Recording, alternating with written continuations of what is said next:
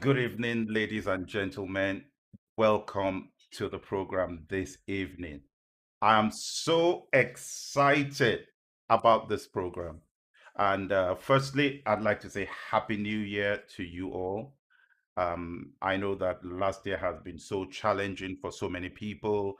We've gone through situations that no one would have imagined. But thank God we made it through. We're into the new year, and we need to start this new year with a big bang. And that's exactly what we're doing. And I'm really happy that today I'm talking about productivity principles. These are some of the principles that I have used over the years, and I've waited this long to start to talk about these things. And again, like people say, you have to test some of these principles, make sure they work, make sure they deliver the results that they're supposed to deliver. Now, I'm going to be on this series every Monday in the month of January. And we're going to have some guests that are going to join us. I'm starting with the principles, and then we go into the practical aspect of things. So we're going to invite people who are experts on productivity, who can help us to get us to the next stage of things that we want to do. And I'm really sure it's going to be an exciting time. There are going to be some principles you would go away with, and there will be practical steps as well. And as I showed in the advert, I'm going to be using this book that I wrote originally in 2012.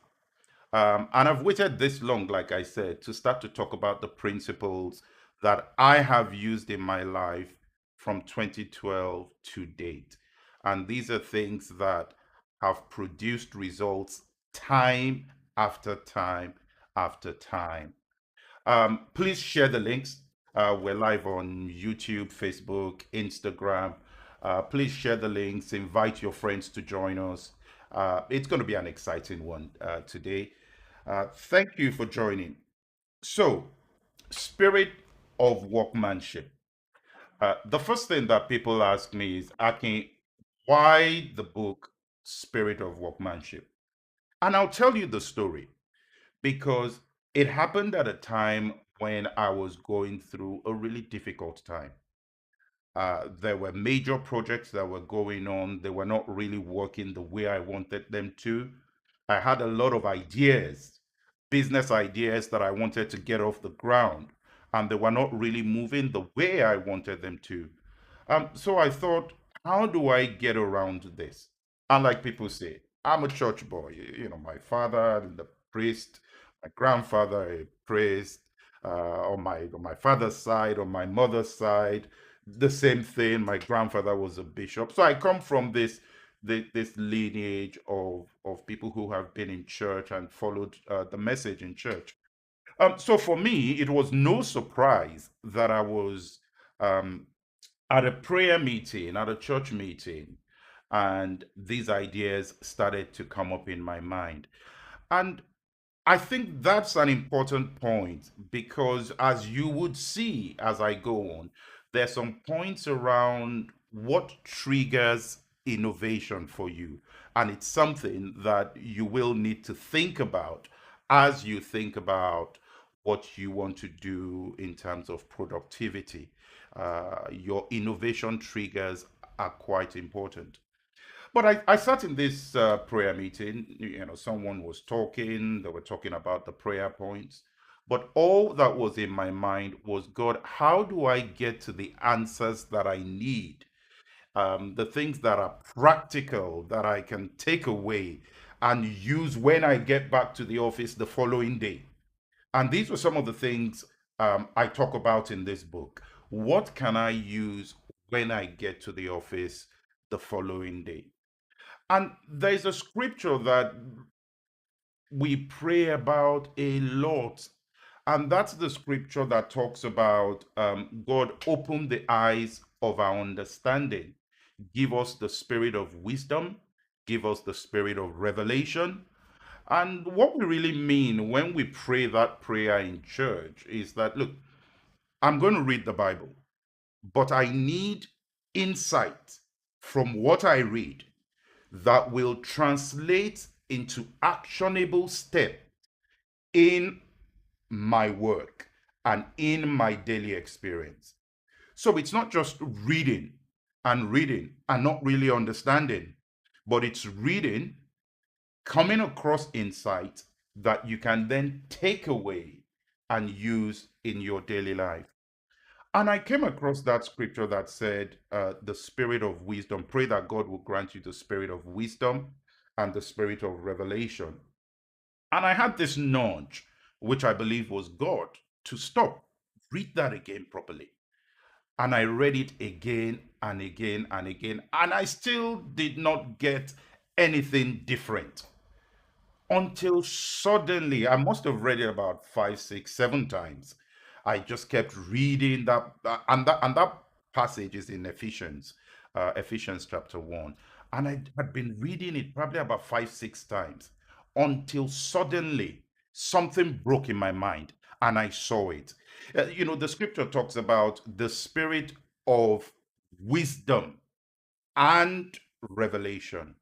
And the insight I got was this: he did not pray for wisdom, he did not pray for revelation. He prayed for the spirit of wisdom and the spirit of revelation. And that was the beginning for me. What is the difference, you may say? Well, the difference is this: one approaches that from a consumer point of view, and the other one approaches it from a producer point of view. The spirit of wisdom produces wisdom, the spirit of revelation produces revelation. And I caught it.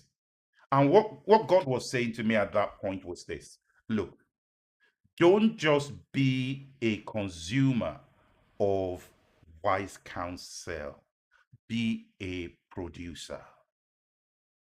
And that mentality has been working in my mind since that time in 2012 or thereabout. Always going with a producer mentality. How do I produce something here? How do I add value to what is happening around me? How do I make sure that I am leaving somewhere better than how I met it? And that was how I started thinking about this concept of being a producer of wisdom, a producer of revelation, and not just someone who consumes wisdom or someone who consumes revelation. Now, consuming it is not necessarily bad, right? We need that balance in life. Somebody needs to consume, somebody needs to produce, but we've got to be both in what we do, not just one area. Both areas need to come together. So, what did I do? As I started to think about that, I started to look more in scriptures to find out I'm a professional. I work. I go into the city every week, every day. I'm doing the stuff I need to do in the city. How do I take the knowledge I have there and translate it into something that works when I'm in my office, when I'm faced with a challenge in the office? What do I do? And as I started to think about it, I thought, hang on, if I missed the spirit of wisdom and I missed the spirit of revelation, where I had focused more on the product than what was producing the product, maybe I had missed other things. And I was right. I had missed other things. There were about 37 different descriptions of spirit of something. So now I started to look at those things from the content producing perspective, not just from being a consumer of this. And that's one of the things I write in the book. And I say, too many of us Christians are consumers of wisdom and revelation. But what have we received ourselves? And now listen to this. This is important. We draw more confidence from the truths we discover ourselves than something that's passed to us from someone else. We draw more from it. We take time to go away to study about a particular area, and then we come back and we start to use those principles in what we do. So, what I'm going to do in this introductory session is this: I'm going to take us through about 4 key points that are important when we address productivity. And I will talk about 3 things that we need to do that will bring transformation. And then we'll continue on this next week, Monday. And the foundation is this. There's a lot more in the book. Book is available on all online platforms as an ebook. You can get there. But the starting point is this: both positive and negative thoughts require us to do something to convert them to the tangible equivalent. Both of them. What does that mean? If something negative is happening, a lot of times it's because the mind has dwelt a lot more on the negative. We've incubated the negative thought, and we've allowed the negative thought to build up until it becomes a stronghold most of the time. But the same effort we had expended on that negative point is the same thing we could have used on the positive one. To a degree, one could argue that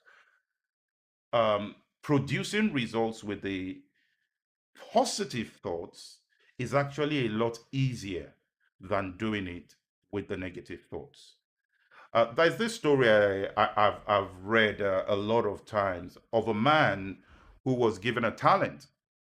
And the man said, "Look, I know this boss. He reaps where he doesn't sow. He's going to come back to me. He's going to want his talent. And I am not sure I can produce results with it." Now, what did that parable say?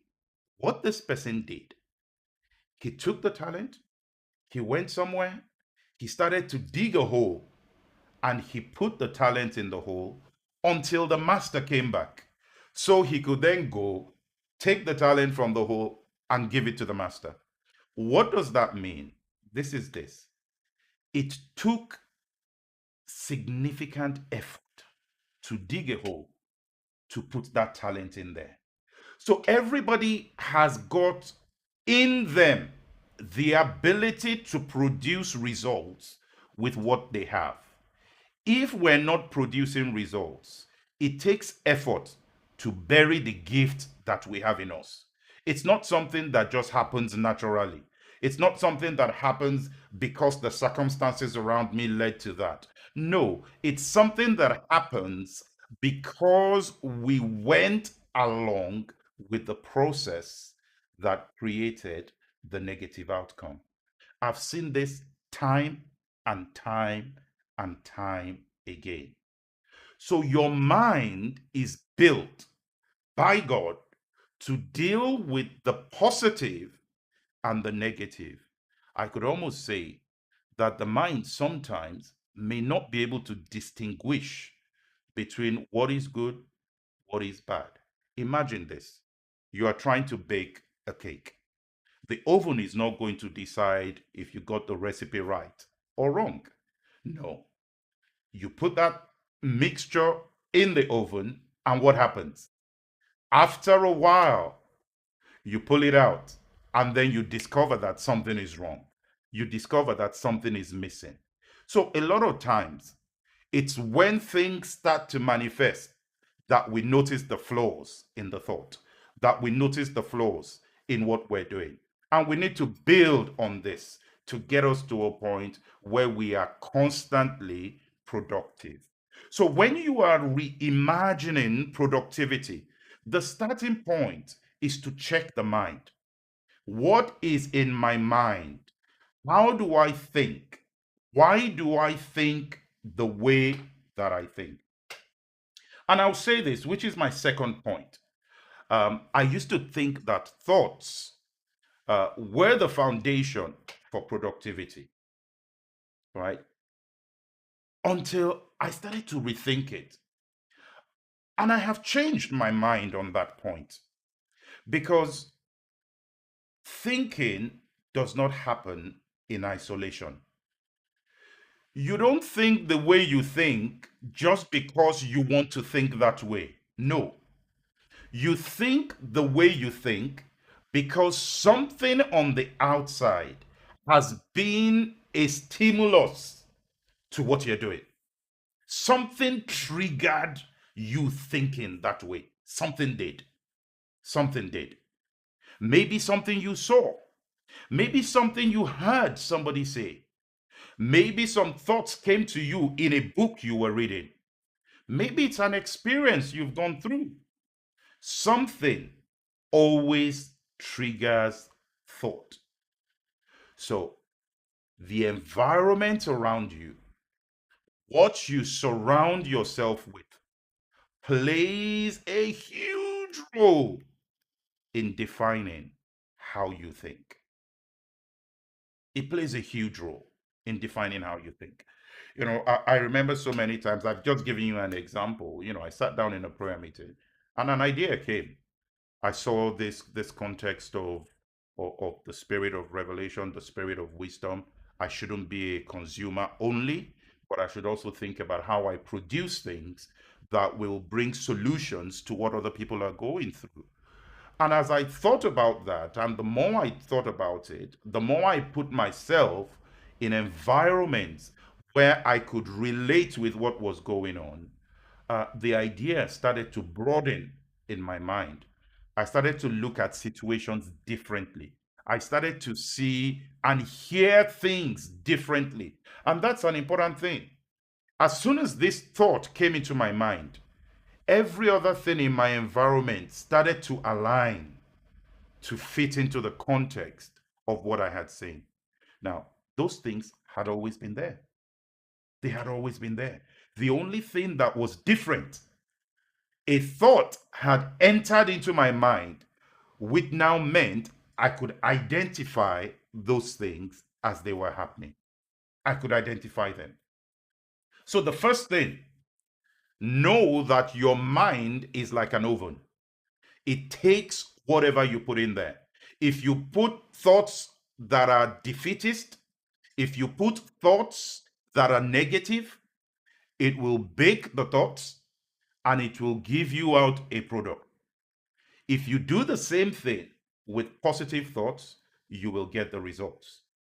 The second point, your environment plays a significant role in deciding what you think about and how you think. The third thing, which is a major point, is this: your thoughts are the seed for greatness. Now, some weeks ago, I think, uh, we were having a discussion at home, and one of the children mentioned something from the book of Hebrews chapter 12. And it's this story that talks about in Hebrews 12, I think it's verse 1 and 2 or so, where it says, looking unto Jesus, the author and the finisher of our faith. And the insight was really simple and very basic. If there is a point of an author and there is a point where there is a finisher, then your faith must have a start and a finish point regarding any issue you are trying to address. How do I translate that into something that I can use in the office? How do I translate that to something that I can use on a business, in a business meeting, in a project, for example? How do I translate that? Well, what I did was this. If I need to look for the point where there is an author, and I need to look for the point where there is a finisher, What is my goal? At what point do I get involved in something? And at what point do I exit that thing? Very simple point. Just brought again a couple of weeks ago, re-emphasizing this point. Listen, every great idea out there was once untested. Every great product that you see was once untested. The question is this: if you throw away the idea or you throw away the thought, you are throwing away the product. And listen, it is products that change people's lives. It is products. It is what you create that will change people's lives. So I had a thought many years back. That thought crystallized into a book. The book is blessing people across the nations of the world. Very simple. Take your thought, use the seed of your thought to create a product. Now, that may sound easy. The truth of the matter is, it may not be as easy as it sounds. Now, how do you take that thought, recognize it as a seed, and go out to create products and services that other people can consume? How do you do that? Think about it this way. Everybody who's had ideas, take any of the big companies out there, any of the big products. Somebody somewhere sat down and said, this thing that I've got, it's an idea. There is a problem out there that we can solve. And then they take that idea, they start to play around with the idea, they start to mold the idea in their mind. They check the idea for validity. You see, as soon as you put those thoughts to critical evaluation, you start to figure out, is this going anywhere? But more importantly, you're checking if it's going anywhere at that season of your life. At that season. And you see, when we have thoughts, sometimes we're so quick to write off the thoughts. We're so quick to say, oh, it's nothing. Well, it may be nothing today, but that may be because it hasn't connected with the thought you're going to have tomorrow. It's because it hasn't connected with the thought you're going to have 2 days, 3 days, 4 days from now. What does that mean? Take your thoughts as much as you can, put them down as seeds, like you would put a seed in a bag. And you then start to think about your end goal. Where do I want to be in future? Who do I want to be in future? If you don't like the situation you are in today, how do I change this thing? What are the steps I can take to change this thing? As you think about it that way, then you go away. You start to take some of these thoughts, and you're thinking, okay, what do I do with it? What led me to move to create this book as an ebook? Because people started talking about it.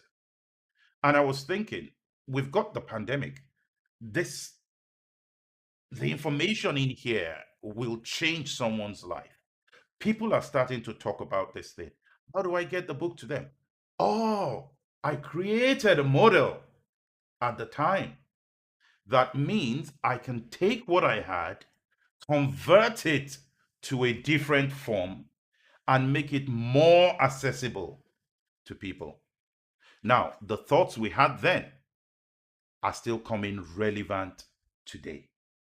So it's one of the most important points I can mention. Take your thoughts and consider them as a seed.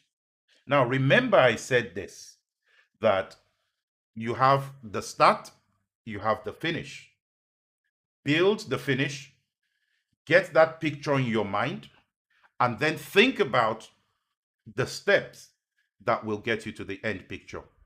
The interesting thing is this, and this is how I go about this. If I've got projects to do or things to do, I spend some quality time sitting down, shutting my eyes, thinking about the thing, and I'm looking through different situations. I'm navigating different options of how I can achieve the end goal that I'm looking for. Think about it this way. You are going from point A to point B. Maybe you are flying from the UK, you are flying to the US, or you're flying to any other country. You're flying between two countries. Sometimes you have to go to a stopover country before getting to your destination. Sometimes you have to go to 2 or 3 points before getting to your destination. Think about it that way. Your destination was always your destination from the start. You never lost sight of that. However, when you were looking for the ticket that was going to get you to your destination, you were considering, I could go through this place, I could go through that place, I could go through that place. And that's how it works for me. I put it in my mind, I roll it round in my mind until I figure out exactly where it is I need to go. What is that picture of that final thing that I'm looking for? Is the cost of it right? Is the quality right? Where am I getting the raw material from? Who are the people that I need to interact with to make that thing the right product that I need? As soon as those things tie up in my mind, I know straight away that I have it. Guess what? At that point, I haven't spent any money. All I've done, I've spent imagination. I've spent imagination.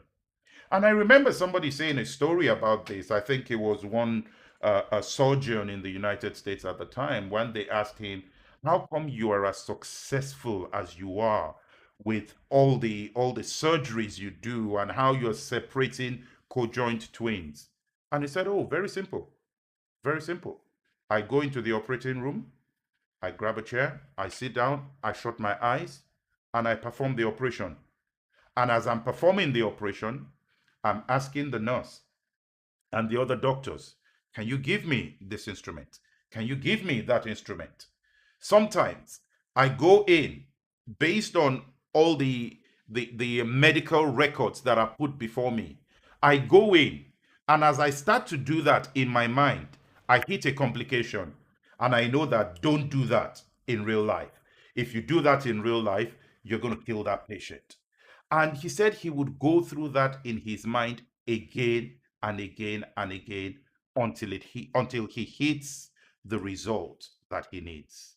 Only then does he go into the theater to carry out that surgery. Think about it that way when you're thinking about productivity. Initially, it may feel like it's something that's going to take time, and it will take time, but continue with it. The more you continue with it, the more your mind will start to frame itself to work in that way. And after a while, you become proficient. Sometimes you sit down and it only takes minutes. You just get the answer. There it is. You just get the answer. Now, coming from a church background, you get the answer, you go to God. Is this the right one for me to do? Or should I do something else? And this is another important point that I want to raise, particularly around thoughts. You think a certain way doesn't mean your way is the only way to a right result. It doesn't. There may be other ways of getting to the right result. And if somebody comes to you and they say, hey, don't do that way, do this way, it doesn't necessarily mean your way is wrong. And it doesn't necessarily mean their way is wrong and you are right. That's a big mistake we make. We always think for us to be right, the other person must be wrong. Think about it this way. How many banking institutions do we have there? So many. Fundamentally, they do the same thing. However, as you start to look into their services and their products, you will notice differences. Imagine if every banker had said, my way is the only way of doing banking. No. If you look at the number of garment makers out there, can you imagine somebody saying that your way of designing a piece of a jacket is the only way? No, you can't. So the fact that somebody comes in and tells you that the way you're doing it is wrong doesn't necessarily mean it's wrong. It just means they've not seen your way. Now, the balance of that is this: you need to go back. You need to make sure you are going the right way based on what you have seen. Based on what you have seen. Now, you don't have to have seen something that's exactly the same as what other people have seen. No. You just need to make sure that what you are seeing is consistent with the steps that you are taking to get there. If you need to adjust your product to fit into the realities, then of course do adjust your products to fit with the realities. And that is very important on that point. So remember this: your seed, your thoughts are the seeds for greatness. If you kill the thoughts, then you're killing the product. Products don't come out of anywhere, they come out of seeds. Somebody somewhere planted a seed. As the seed started to grow, they started to notice things, they started to make adjustments, and it led to productivity in what they were doing. Now, the last point I want to mention in terms of key principles here, again, this is just an introductory session here. It's this point. My last point on that is this: good does not happen because evil is absent. Good does not happen because evil is absent. What do I mean by that? A lot of times I noticed this, and even in what I used to do, I used to wait for the circumstances to be right. I used to wait for everything to tie up together. I used to wait for, okay, I need to get this, I need to get that, I need to get that, I need to get that together for me to move. For some of you who come from some cultures, we want to get rid of every single devil in the way before we move. Hey, guess what? When God started, the earth was without form and void. Darkness was upon the face of the deep. Guess what he did? He moved on anyway. He moved on anyway. The question is this: are you always waiting for the circumstances to be just right? And you are letting that keep you in a situation of inaction? Then that's problematic. And you know why it's problematic? Quite interesting. I've started so many projects, and as we go along, something pops up, and I realize I need to shift. I need to change. What we thought was going to happen is not what is happening, and therefore I need to change. The thing is this: I would never have known that thing if I had not changed my perspective. When you move, you change perspective. When you move, you change perspective. And that's important. That's important. If you don't move, your perspective will always remain the same because you're always looking in the same direction. If I want to see what's behind me, okay, of course, there's a monitor in front of me so I can see what's behind me because the camera is reflecting it. But if I didn't have a camera in front of me, I wouldn't be able to see those pictures. The only way to see them is to turn my head around. That's the only way to see them. So you either physically move yourself or have something in your environment that gives you perspective.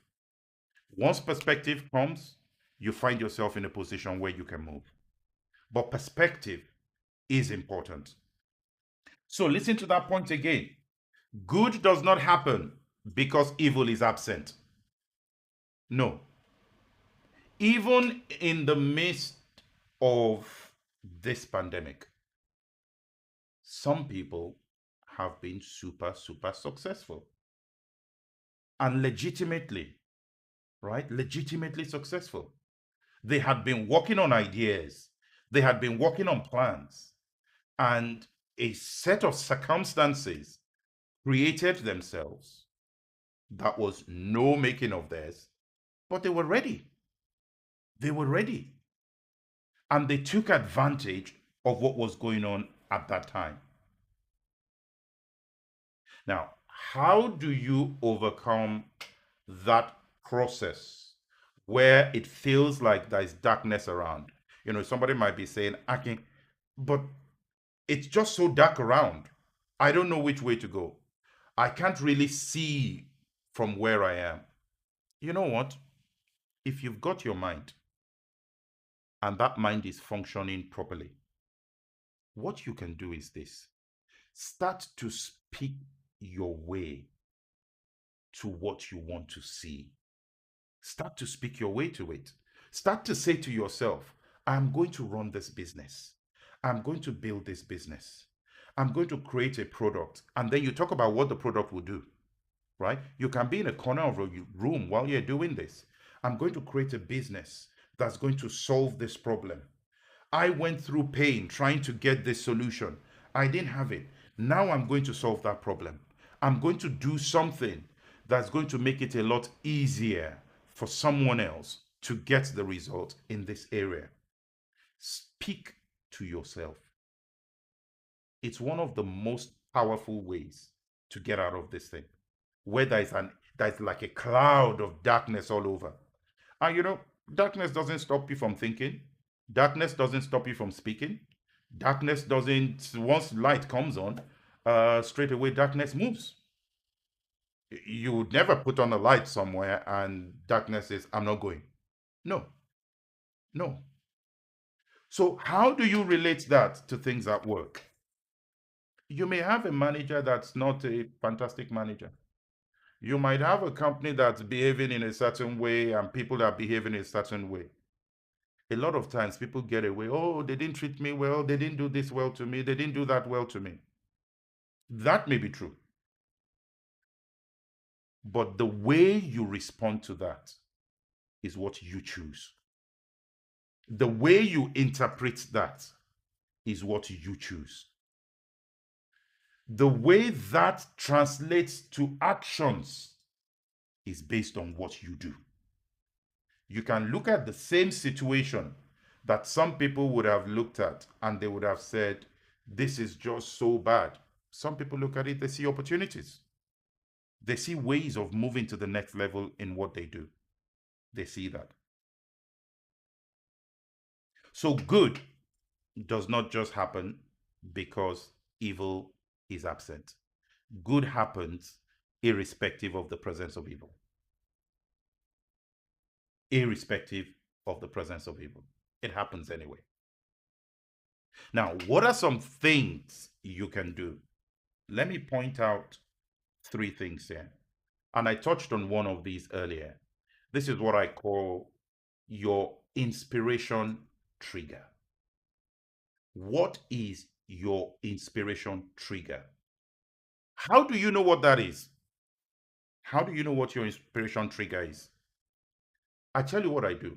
It requires a bit of analysis, right? Think back about the things you have been productive in. Think about those. Is there one thing that you think that thing went really well? What is your innovation trigger? Once you pick on that one thing that went really well, now you need to ask yourself, what did I do? What were the circumstances around that thing? So for me, I noticed this. Every time I went to a prayer meeting and I had a business idea in my mind, even when I didn't go there specifically for that business idea, I just went there seeking help. I just went there saying, I don't know the way to go with this thing, but I'm going to get an answer. Every time I did that, something always snapped. Every time I was in a secluded environment, quiet, those triggers would just go off. Those ideas will come. And I would write those ideas down. What I now started to do, I started to take deliberate steps to create the environment that triggers innovation in my mind. That's what I did. So sometimes I just say to the family, I'm off for the next 2 days. I'm off for the next 3 days. All I'm doing there, I'm just trying to get the mind to get back to the point where innovation comes. I just do that. And I noticed this way back. I was telling a story the other day. Um, I'm working on a particular project at the minute, and some ideas were coming from the program lead as she was teaching us on what to do. And I realized this. There were about 4 learning methods that were described from this model. For the last 20, 25 plus years of my life, I've only been using one of those models. One. And that one was not the one that adapted the most to my learning style. Oh, and I started to say to myself, but hang on, all these years, this is what I've been doing. And then I realized that, you see, the thing is this: things were happening around me. The innovation triggers were there, but my mind hadn't locked onto them. And because my mind hadn't locked onto them, I was losing out. I was losing out. Ideas for books will come, but then I lose out. As soon as my mind connected with this thing, the ideas just started to flow. They started to flow. They started to flow. A situation will present itself, and I would say, okay, well, I'm not really sure what I need to do here. Okay, what is my innovation trigger? Music. Sometimes I listen to music. Sometimes I go away to somewhere quiet. I move my head back. I listen. And in those quiet moments, there's a scripture in the Bible that says, in quietness and in confidence lies their strength. In quietness and in confidence. So that means you need to be quiet sometimes to get your innovation triggers to work. For some other people, it could be anything. It could be anything. Find out what yours is. Find out what your innovation trigger is.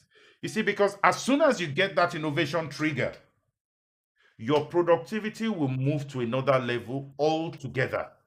Altogether. Now, I get ideas for books just like that. They just snap in my mind. They just snap in my mind.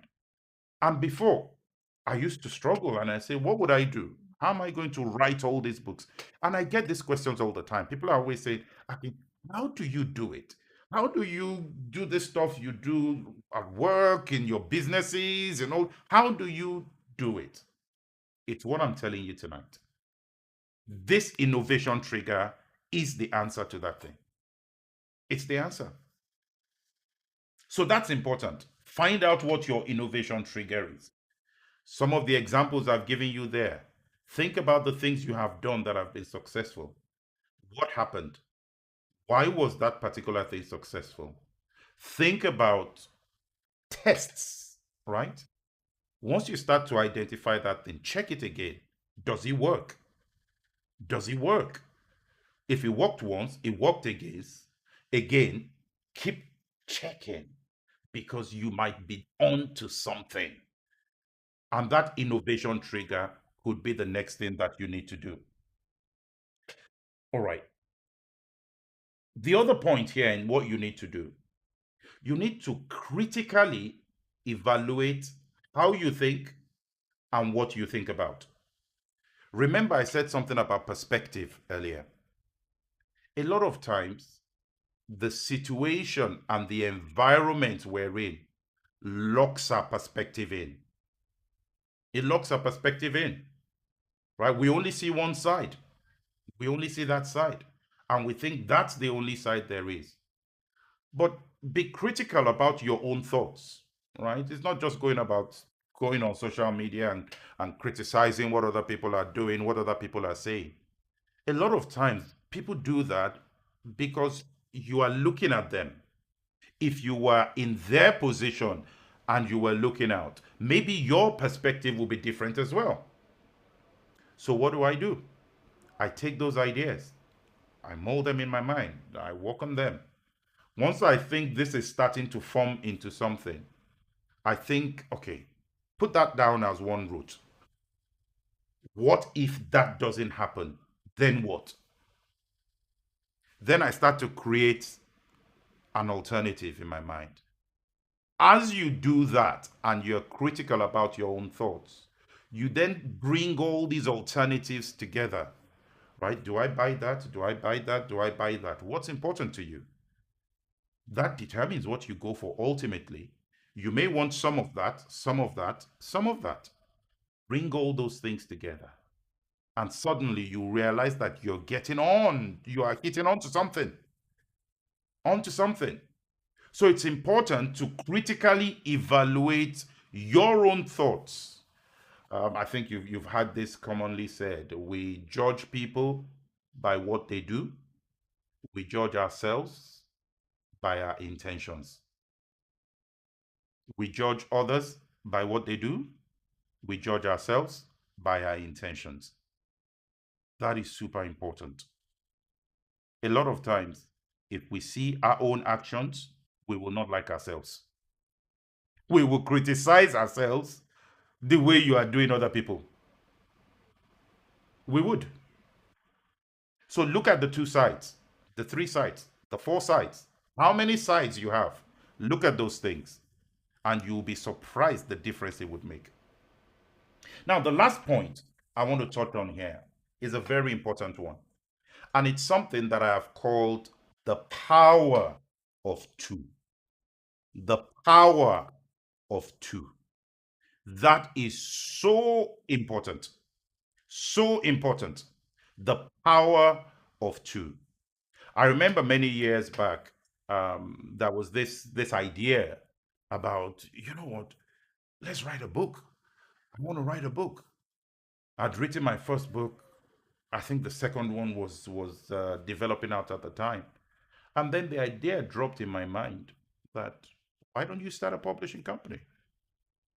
Why don't you start a publishing company? All these issues you went through when you were trying to publish your book, why don't you start something to eliminate all those issues? I looked at it and I thought, oh, okay, that's interesting. And then I called a friend. I said, let's do this thing together. Let's do it together. You see, so many ideas have failed because people have tried to do it themselves. They've tried to do it on their own. Oh, I must keep this idea. I'm going to build it myself in secret. I'm not going to let anybody know what's going on. Look, one will put 1,000 to flight. Two will put 10,000 to flight. The power of two is exponential. You cannot take your dream to the full potential of the dream without involving another person. No, you can't. So when you're talking about productivity, think about it this way. How do I take what I'm doing, break it down in a way that someone else can participate in what I am doing? You know, I'll never forget the story that someone shared with us once. And the person said this. The person said, look, I know you guys are doing all this stuff, but I feel that I can play a part in this thing. And you know, somebody's success is tied to your success, and your success is tied to someone else's success. So we need to think about it in this way. What am I thinking about? What am I creating? If I'm going to add other people to this thing, how am I going to do that? What's it going to be like? What part would I do? What part would they do? What part can I offload to someone else? And you see, this is quite interesting here because more often than not, the part you have to get someone else to play is the part where you are weak in. So you are taking your vulnerable part and you are bringing in someone else's strength to compensate. You're bringing in someone else's strength to compensate. So when it comes to what we do in our publishing business, even though we would look at every book we do, the covers and everything, I don't make the call on that. I'm not the creative genius in what we do. That's someone else who's a creative genius. That's what they do. In fact, creativity just comes to them like that. It just comes to them like that. I'm saying, well, you are the good one when it comes to this. You do that. However, in the area that I'm good at, I do my stuff. And when I'm in my element, I do my stuff well. I do my stuff well. So the power of two is a very important thing. Very important. Make sure that whatever you do, the power of two plays a part. Now, I call it the power of two, but what I'm really saying is this: break down what you are doing in a way that other people can help, in a way that other people can contribute, and recognize the fact that it is their thing. It is their thing. You are contributing. The same way, if you use some of the principles I've talked about, where I've talked about the fact that don't just be a consumer, be a producer, right? You find out that you are also producing something for which someone else is going to be a contributing part. So it's not just something that you think I'm only ever going to be contributing in my own. That thing creates an imbalance in life. It creates an imbalance where everybody believes that I'm just receiving. No. Even when you look at certain things that we do in life, somebody is a giver, somebody is a receiver. He says it is more blessed to be the one producing than the one receiving. More blessed. More blessed. Because you know what to do. You've honed your skills in being a producer. You've gone through the process where things don't work. I say this a lot. If you take any of your biggest mentors, any of your best mentor, that this person, you are my mentor number one. What you've done, what you've achieved in life, you are the one giving me this idea. Look, whoever your role model is, at one point or another in their life, they were like you. At one point or another, they were like you. And that is super important. Where you are today is not a place to be ashamed of. Where you are today is a very good place to start your journey. It's a very good place. So, very quickly, the points are these. When you start, we're starting with the mind, and then we'll bring in the experts to deal with the practicalities and build these things out. These are experts who know how to do this thing. That's their job. They're productivity experts. But these principles are important. Think about your mind, the first thing. Both positive and negative thoughts require action. Think about your mind like an oven. Whatever you put into it, it's not the oven's responsibility to say the combination of these ingredients is wrong. No, that's not the oven that does that, right? But whatever you put in that oven, under heat, under pressure, it's going to produce a result. Whatever you do there. So that's important. The second thing, that thinking may not be as much a foundation for your growth as you think it is. Your environment may have a bigger part to play. Number three, your thoughts are your seed for greatness. You kill the seed, you kill the product. You kill the seed, you kill the product. Number four, good does not happen because evil is absent. Good will happen regardless. It will happen regardless. It is our consciousness in establishing good that makes evil irrelevant. And what are the three things you should do? Find your innovation trigger, critically evaluate how you think, and understand the power of two. Understand that. And I'm sure it's going to bring a great change in your life. It's going to spark that next thing you need to do to get to that next point in life. We've run out of time today. I'll be back here next week, Monday, and we're going to go through this session again. And like I said, I'm going to bring some guests to come in who are going to talk to us about productivity, talk us through the details of this thing and how it works. These are experts who can help you. You can talk to them and they would walk us through all these things on what you do, how you go through the steps, and you can be accountable to these people as you do what you do. Thank you for joining us tonight. I'm sure that it's going to be an exciting time in 2021. There's so many events that we're doing this year. Last year has given us a very good foundation to build on things. And 2021, we're going to be stepping out. We're going to be moving out with more programming. We're expanding the programs that we give out. So thank you very much for joining the program today. See you again next week.